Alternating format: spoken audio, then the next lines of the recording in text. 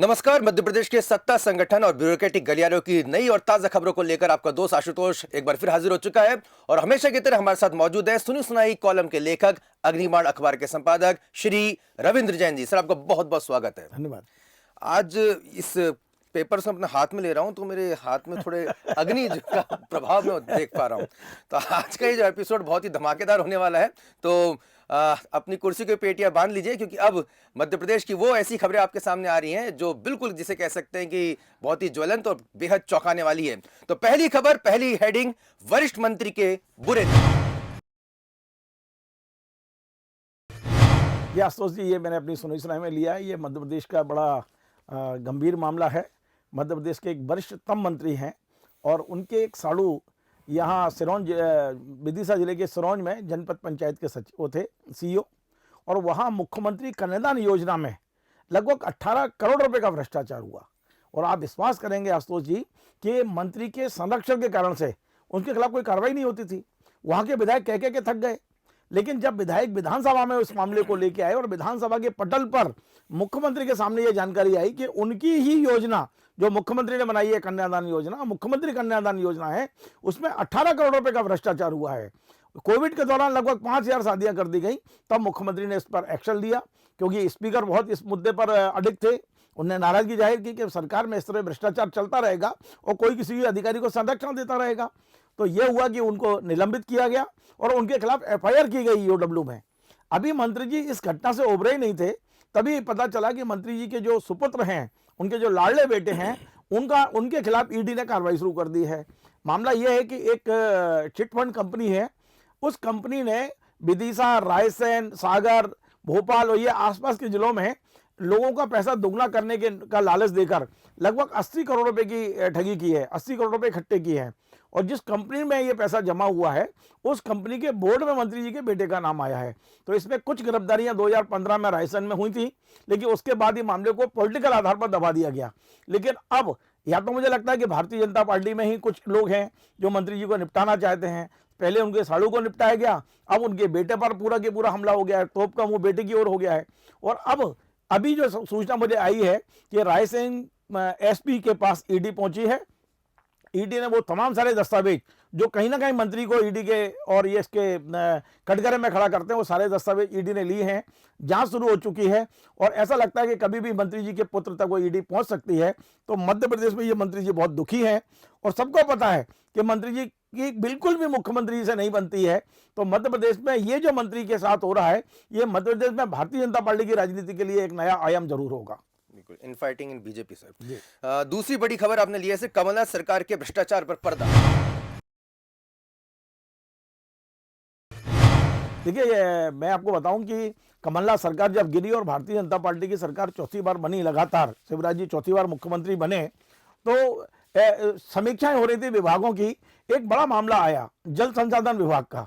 लगभग 3333 करोड़ रुपए के ठेके 7 कंपनियों को दिए गए थे कमलनाथ जी के समय। और आशुतोष जी, जैसा आप जानते हैं और हम सभी जानते हैं कि ठेकेदारों से एक राशि निश्चित कर ली जाती है कि भाई इतनी आपको कमीशन देना है, जो अधिकारियों में बटेगा, नेताओं में बटेगा, पार्टी फंड में जाएगा। तो कमलनाथ जी को ऐसा लग रहा था कि सरकार जारी है, यह सरकार पता नहीं कब तक चलेगी। तो इन 7 ठेकेदारों को 877 करोड़ रुपया बिना काम के एडवांस दे दिया गया। यह बिल्कुल नियम विरुद्ध तरीके से किया गया था। कुछ अधिकारियों की साठगांठ थी, कुछ नेताओं की साठगांठ थी।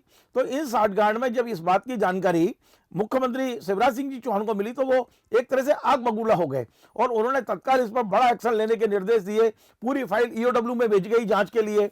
अब ईओडब्ल्यू पिछले 1.5 साल से इंतजार कर रहा है कि उन्हें निर्देश मिले तो एफआईआर करें, क्योंकि इसमें बिल्कुल स्पष्ट मामला है भ्रष्टाचार का। लेकिन पता नहीं क्या हुआ कि इस पूरे भ्रष्टाचार के मामले पर पूरा पर्दा डालने की कोशिश की जा रही है। ईओडब्ल्यू ने अपनी जांच को बंद कर दिया, एकदम से बंद कर दिया है, और इस पूरे मामले पे पता नहीं क्यों पर्दा डाला जा रहा है।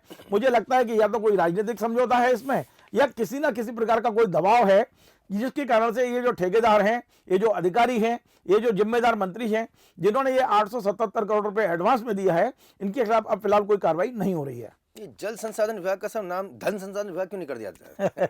धन उपार्जन होना चाहिए, धन कमाने का सबसे बड़ा साधन है। जी। देखिए आशुतोष जी, मध्य प्रदेश में यदि भ्रष्टाचार की बात की जाए तो बेशक कोई कंपनी कुछ भी कहे, कोई एजेंसी कुछ भी कहे कि राजस्व ने ज्यादा कमाया, पुलिस ने ज्यादा कमाया, परिवहन ने ज्यादा कमाया, पर मैं इस बात को दावे से कह सकता हूं, पिछले कुछ दिनों से मैंने ये देखा है कि जल संसाधन विभाग भी कहीं पीछे नहीं है।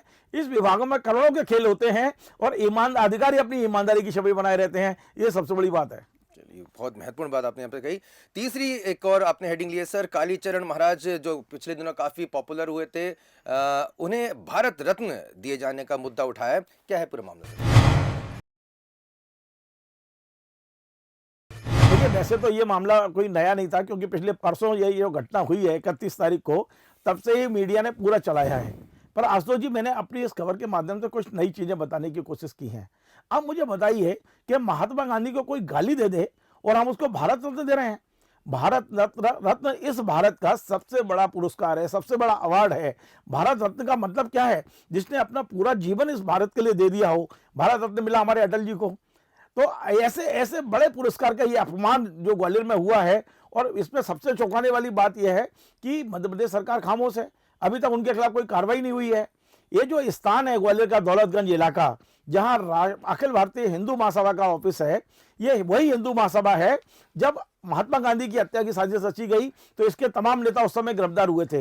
ये वही स्थान है जहां इसका कार्यालय है, जहां इन्होंने गॉडसे की मूर्ति लगाने की कोशिश की। ये वही स्थान है जिसके बारे में बताया जाता है कि 1948 में गॉडसे जब गांधी जी की हत्या करना चाहते थे तो ग्वालियर में वो यहीं आकर रुके थे, यहीं पर उन्हें पिस्टल दी गई थी, यहीं उन्होंने पिस्टल चलाने की रिहर्सल ली थी।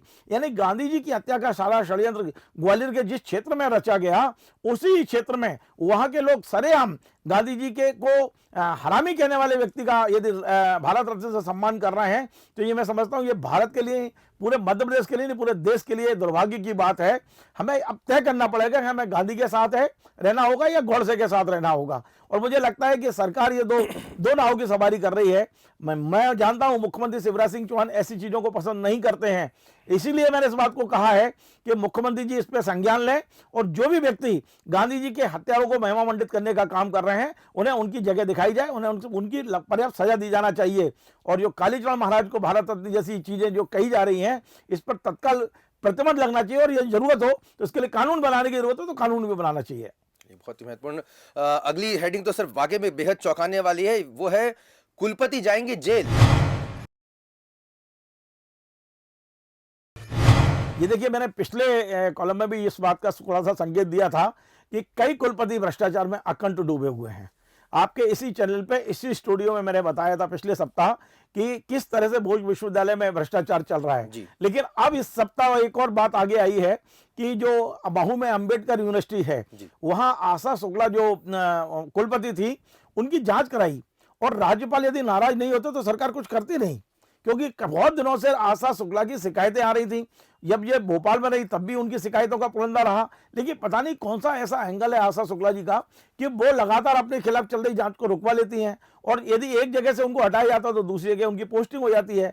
लेकिन इस बार जो महामहिम राज्यपाल हैं मंगूभाई पटेल, वो उनको पास जो शिकायत पहुंची और उन्होंने जो जांच कराई, उस जांच में यह सिद्ध हो गया कि महू स्थित जो अंबेडकर विश्वविद्यालय है उसमें तमाम अनियमितताएं की गई हैं, और 1-2 करोड़ की नहीं है, 5-7 करोड़ रुपए की अनियमितताओं का मामला सामने आया है।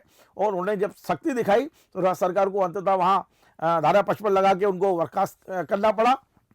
और अब जो मेरे पास जानकारी है कि आशा शुक्ला के भ्रष्टाचार का मुद्दा पूरा ईओडब्ल्यू को देने की तैयारी उच्च शिक्षा विभाग कर रहा है, और ये अकेला नहीं है मामला। आप देखिए, भोज विश्वविद्यालय के जो कुलपति हैं उनके खिलाफ भी ऐसी शिकायतें हैं। और आज मेरे दफ्तर में, दैनिक अग्निवाल के दफ्तर में, एक पूरा पुलंदा आया है, अभी मैंने पढ़ा भी नहीं है पूरा, वो आया है सांची विश्वविद्यालय के कुलपति के खिलाफ। देखिए, सांची विश्वविद्यालय के मामले में बड़ा क्लियर होता है, आपने भी देखा है, अनुभव आपको भी है, कि कुलपति विश्वविद्यालय परिसर में रहते हैं ताकि वहां की सारी व्यवस्थाओं को वो संभाल सके। यदि वहां व्यवस्था नहीं है तो विश्वविद्यालय के आसपास कोई एक स्थान उनके लिए लिया जाता है ताकि वहां रह सके। लेकिन आश्चर्य करेंगे कि सांची विश्वविद्यालय हमारे पड़ोसी जिले रायसेन में है, और कुलपति जी के लिए 75,000 रुपये महीने का मकान भोपाल में लिया गया है। अब भोपाल में रह के वो कैसे कंट्रोल करेंगे? उन्हें भोपाल में क्यों मकान दिया गया है? नियमों को किसने और कब बदल दिया गया?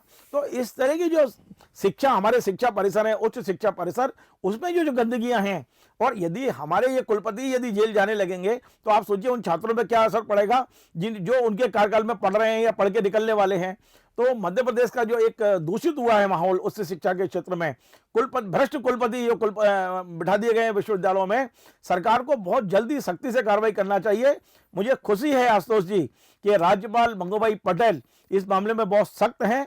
एक कुलपति हटा दिया गया है। मुझे लगता है कि अगले जो भी 2-3 कुलपति जिनका मैंने उल्लेख किया है, ये भी आने वाले कुछ दिनों में न केवल हटाए जाएंगे, बल्कि जो आशा जी के साथ हो रहा है ईओडब्ल्यू, ऐसा ही हो सकता है और ये जेल भी जा सकते हैं सारे। जी, हैरानी होती सर, पहले हमें शिक्षा पद्धति ऐसी रहती थी कि सादा जीवन उच्च विचार, और उसके आदर्श मापदंड जो है हमारे कुलपति स्थापित किया करते थे, लेकिन बहुत ही लेविश लाइफस्टाइल जो है उस तरह की अब इनका पूरा दृष्टिकोण हो गया है, ये समस्या पर है। दरअसल क्या हो रहा है कि कुलपतियों की नियुक्ति की प्रक्रिया ही दूषित है।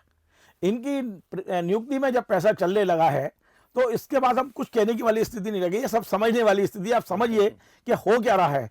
कुलपति पैसा दे के आता है, पैसा कमाना शुरू करता है, और भ्रष्टाचार में पकड़ा जाता तो जेल भेजा जाता है। तो आखिर हम कुलपति को शिक्षा देने के लिए ला रहे हैं या पैसे के प्रबंधन के लिए लेके आ रहे हैं? ये सरकारों को तय करना होगा। और मैं तो सरकारों से हाथ जोड़ के निवेदन करता हूं कि पैसे कमाने के बहुत साधन हैं, कम से कम इस शिक्षा के मंदिरों को तो बख्श दें। यहां कम से कम जो कुलपतियों की नियुक्ति हो रही है वो पैसे के आधार के बजाय योग्यता के आधार पर होगी, तो निश्चित तौर पर बच्चे बहुत अच्छे तैयार होंगे। बिल्कुल।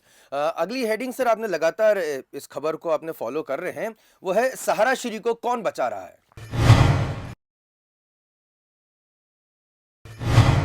देखिए आशुतोष जी, मध्य प्रदेश के 1 दर्जन से अधिक जिलों में एफआईआर दर्ज हुई है। सहारा इंडिया ने चिट फंड कंपनी की बनाकर जिस तरह हमारे मध्य प्रदेश के हजारों लोगों का शोषण किया है, करोड़ों रुपया उनके पास जमा है, और सरकार ने खुद मध्य प्रदेश सरकार गृह विभाग ने खुद ये आदेश डीजीपी को दिया था कि एसपी को बोलिए कि अपने अपने जिले में अभियान चलाएं, और सारा समय सहित जितनी भी चिट फंड कंपनियां हैं उन्होंने जो पैसा लिया है उनके पैसे को उनसे वसूला जाए, और उन गरीब लोगों को जिन्होंने पैसा लगाया है उनको वापस कराया जाए।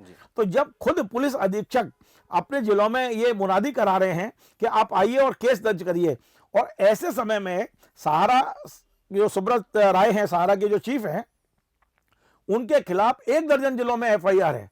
पिछले जुलाई में विधानसभा में यह मामला आया था और सरकार ने यह जवाब दिया था कि हमने लखनऊ स्थित उनके कार्यालय में छापा मारा था। उन्हें गिरफ्तार करने के लिए मतलब रतलाम से टीम गई थी, आलोट थाने से टीम वहां पहुंची थी, लेकिन वो हमें मिले नहीं। लेकिन सरकार के 1 दर्जन जिलों के एसपी ये कहते हैं कि सुब्रत राव हमारे रिकॉर्ड के अनुसार फरार हैं, उन्हें सम्मन भेजा जा रहा है, वो नहीं आ रहे हैं, गिरफ्तार करने जा रहे हैं तो उनको नहीं आ रहे हैं। लेकिन दूसरी ओर आप देखेंगे कि सुप्रीम कोर्ट से वो जमानत पर रिहा हैं, सुप्रीम कोर्ट को वो लगातार अपनी उपस्थिति की जानकारी देते हैं। अभी मैंने खुद पढ़ा, उनके खुद के संस्थान ने प्रेस नोट जारी किया था कि सहारा श्री की तबीयत खराब थी तो बॉम्बे के हॉस्पिटल में भर्ती रहे, तो जिस अस्पताल में वो भर्ती रहे मध्य प्रदेश पुलिस चाहती तो उस अस्पताल में जाती और उनकी औपचारिक गिरफ्तारी करती, और जब वो ठीक हो जाते तो उनको लाया जाता यहाँ। लेकिन ऐसा लगता है कि कोई ना कोई ऐसे व्यक्ति है जो सहारा श्री को बचा रहा है, और हमारे हजारों लोग जिनका पैसा फंसा है उनके साथ कहीं ना कहीं ठगी का काम, एक और ठगी का काम हो रहा है। तो मुझे लगता है कि दिल्ली से जिस दिन आदेश आएगा, यानी अब भारत सरकार जिस दिन आएगा या एसआरआ आएगा, उस दिन मध्य प्रदेश पुलिस उनको दबोच लेगी। देखिए कहीं ना कहीं दबाव में पुलिस है, किस दबाव में ये मैं नहीं कह सकता हूं, लेकिन दबाव में जरूर है पुलिस। बिल्कुल। और सर ये कहा जाता है ना कि कानून सबके लिए समान है, ये सिर्फ किताबी बातें रह गई हैं। निश्चित तौर पे यदि मुझे बताइए कि कानून सबके लिए समान होता तो सहारा श्री बॉम्बे के होटल से गिरफ्तार होकर भोपाल लाए जाते, रतलाम लाए जाते, विदिशा, आप जबलपुर में कितना प्रदर्शन चल रहा है इनके खिलाफ। लेकिन हमारे यहाँ तो यह है कि भैया जिसको गिरफ्तार करना है और नहीं करना है तो वो सारे खून माफ है उसके। सहारा श्री के मामले में आशुतोष जी देर कितनी भी हो, किसी दिन हाईकोर्ट सुप्रीम कोर्ट जब सख्त टिप्पणी करेगा उस दिन पुलिस जाएगी और उनको दबोच लाएगी। बिल्कुल। और अंत में सर आपने काफी कुछ कह दिया है, वो हेडिंग है कांग्रेस में रहना है तो। हाँ, ये बड़ी, इसको लेके मुझे फोन भी बहुत आ रहे हैं और कांग्रेस के कई लोग इसकी कटिंग वटिंग मांग रहे हैं। खैर मेरा ये कहना है कि जब से ज्योतिरादित्य सिंधिया जी कांग्रेस छोड़कर गए हैं तो मध्य प्रदेश में गुट तो अभी भी है। आप देखेंगे दिग्विजय सिंह का गुट है, कांतिलाल भूरिया का गुट है, यहाँ सुरेश पचौरी जी का गुट है, अरुण यादव जी का गुट है, यहाँ विवेक तनखा जी का गुट है। लेकिन ये सारे गुटों के मामले में कमलनाथ का गुट इन सब पे भारी है। मुझे लगता है ये सारे गुट बहुत बोने हो गए हैं और कमलनाथ एक छत्रराज पूरे मध्य प्रदेश में कमलनाथ जी का हो गया है इस समय।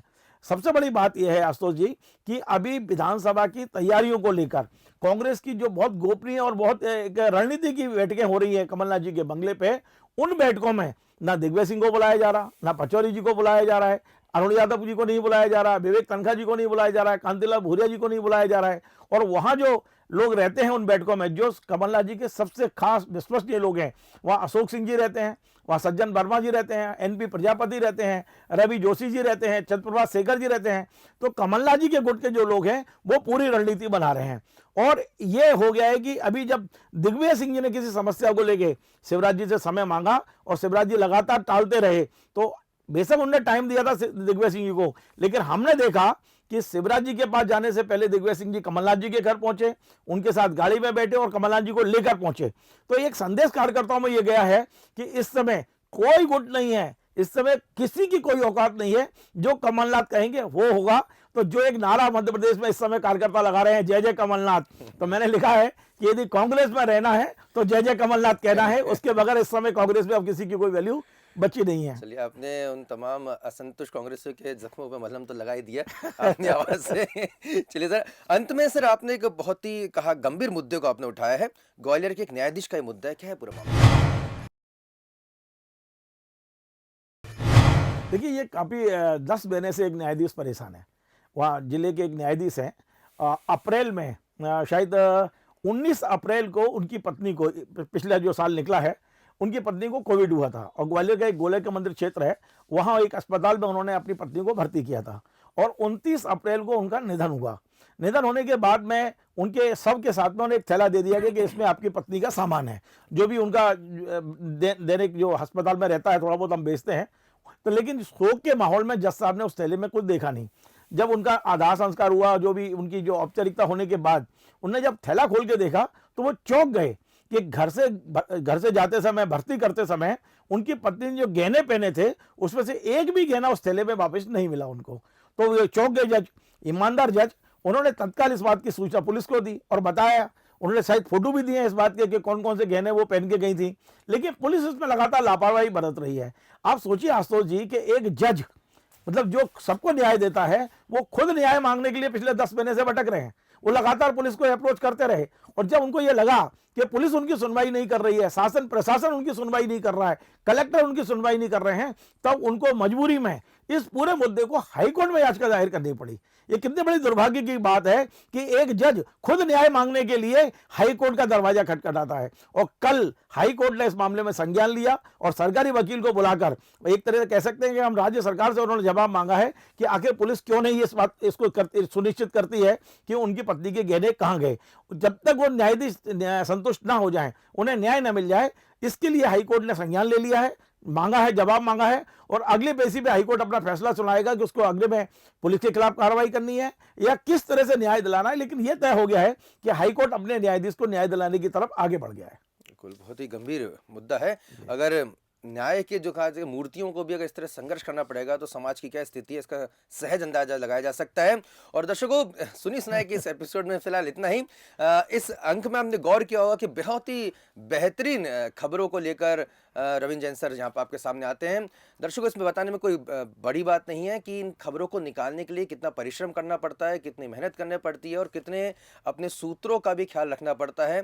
दबाव भी आता है, लेकिन उन तमाम दबाव के बावजूद रविंद्र जैन जी हर हफ्ते आपके सामने आते हैं उन खबरों को लेकर, क्योंकि एक कहा जा सकता है कि पत्रकारिता की मशाल हमेशा जलती रहे और इसके लिए हमें आपके सहयोग की भी ज़रूरत है। आपको सिर्फ ये नीचे दिया हुआ इस लाल बटन को दबाना है जिसे सब्सक्राइब कहते हैं, और अगर आप बेल आइकन दबाएंगे तो अगले एपिसोड के बारे में जानकारी आपको सबसे पहले मिला करेगी। पहले अपने दोस्त को दीजिए इजाज़त। नमस्कार। नमस्कार।